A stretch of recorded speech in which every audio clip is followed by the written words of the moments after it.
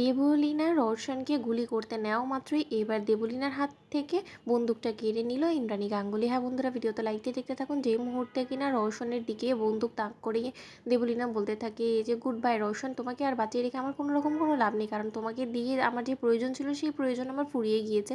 এবং তুমি জেনে হয়তো বা খুশি থাকবে যে তুমি উপরে গিয়ে দেখতে পারবে যে তোমার দৌলতে এই দেবলীনা ঠিক কী কী অর্জন করতে পেরেছে। দেবলীনা আজ এই অবস্থায় যে পরিমাণে যা কিছু পেয়েছে সেই সমস্ত কিছু তো তোমার দৌলত, অথচ দেখো আফসোস এই জায়গাটাতে যে তুমিই শেষ পর্যন্ত আমার সেই সফলতা দেখার জন্য আর বেঁচে থাকবে না, কারণ তোমাকে বাঁচিয়ে রাখলে তখন আমার বিপদ হয়ে যাবে, তাই না? ঠিক সেই মুহূর্তে রওশন বলতে থাকে যে দেবলীনা, তুমি যে এতটা নিকৃষ্ট এবং নির্লজ্জ এবং এতটা খারাপ প্রজাতির মেয়ে সেটা আমি কোনোদিনও ভাবতেও পারিনি, যার জন্য আমি এত কিছু করলাম, শেষে কিনা আমি মার্ডারের অবধি সাজলাম এবং একটা নিষ্পাপ একটা ভালো মেয়েকে আমি মার্ডার করলাম শুধুমাত্র তোমার মুখের দিকে তাকিয়ে, যাতে করে কিনা আমি তোমাকে পেতে পারি, অথচ তুমি আমার ভালোবাসার এই দাম দিলে, এটাই কি আমি প্রাপ্য ছিলাম? ঠিক সেই মুহূর্তে দেবলীনা বলতে থাকে যে তোমার মতন একটা থার্ড ক্লাস লো গ্রেডের ছেলে এটাই তো প্রাপ্য ছিল, তাই না? তুমি আমাকে অ্যাফোর্ড করতে পারবে কোনোদিনও? তুমি সেটা মাথায় আনলেই বা কী করে সেই চিন্তা ধারণা, সেটাই তোমার ভেবে অবাক লাগছে, জানো তো রওশন। ঠিক সেই মুহূর্তে যখন কিনা জয়িতা বলতে থাকে যে আমার বেবি জাস্ট তোমাকে ইউজ করেছে রওশন, অথচ তুমি সেই জিনিসটা বুঝতে পারোনি, তাহলে তো সেটা তোমার ভুল ধারণা। তুমি নিজের মনের মধ্যে আমার বেবিকে পাওয়ার জন্য যে ভুল ধারণা পোষণ করে রেখেছো এবং আমার বেবি বললো তুমিও মার্ডার করে ফেললে,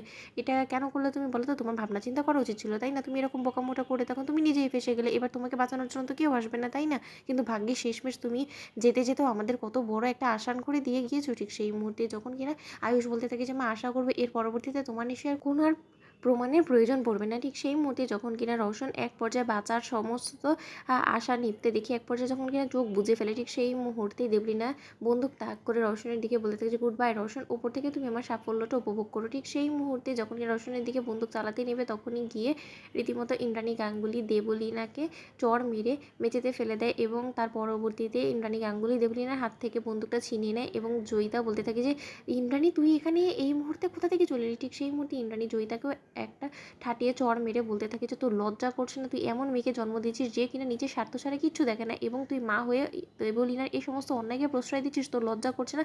এই হলো গিয়ে তোর শিক্ষা দীক্ষা, এই হাই প্রোফাইল সোসাইটি থেকে তুই বিলং করিস এবং শেষে কিনা তুই তোর মেয়েকে খুনি থেকে শুরু করে মিথ্যেবাদী সমস্ত কিছু শিখিয়ে ফেলেছিস। এবং সেই জয়িতা, যাকে কিনা আমি আমার সবথেকে কাছের মানুষ ভেবেছিলাম এবং তার উপরে ভরসা করে আমি তার মেয়েকে আমার ছেলের জীবনে আনতে চলেছিলাম, আমি যদি আজকে ঠিক সময় মতন এখানে না আসতাম, তাহলে হয়তো বা তোর মেয়ের এই ভয়ঙ্কর রূপটা আমি কোনোদিনও দেখতে পারতাম না। ঠিক সেই মুহূর্তে রওশন যখন বলতে থাকে যে আন্টি আজকে আমি সমস্ত সত্যটা বলে দিব, এই দেবলীনা আমাকে ডিচ করেছে, ও আমার সঙ্গে বিশ্বাসঘাতকতা করে আমাকে দিয়ে এমন সমস্ত অন্যায় কাজগুলো করেছে যেটা হয়তো আমি স্বপ্নেও কোনোদিনও কল্পনা করিনি, কিন্তু শুধুমাত্র এই মেয়েটাকে পাওয়ার জন্য আমি সম্পূর্ণরূপে নিজেকে বিলিয়ে দিয়েছি, কিন্তু তার শর্ত আজকে ও আমাকে আঘাত করেছে।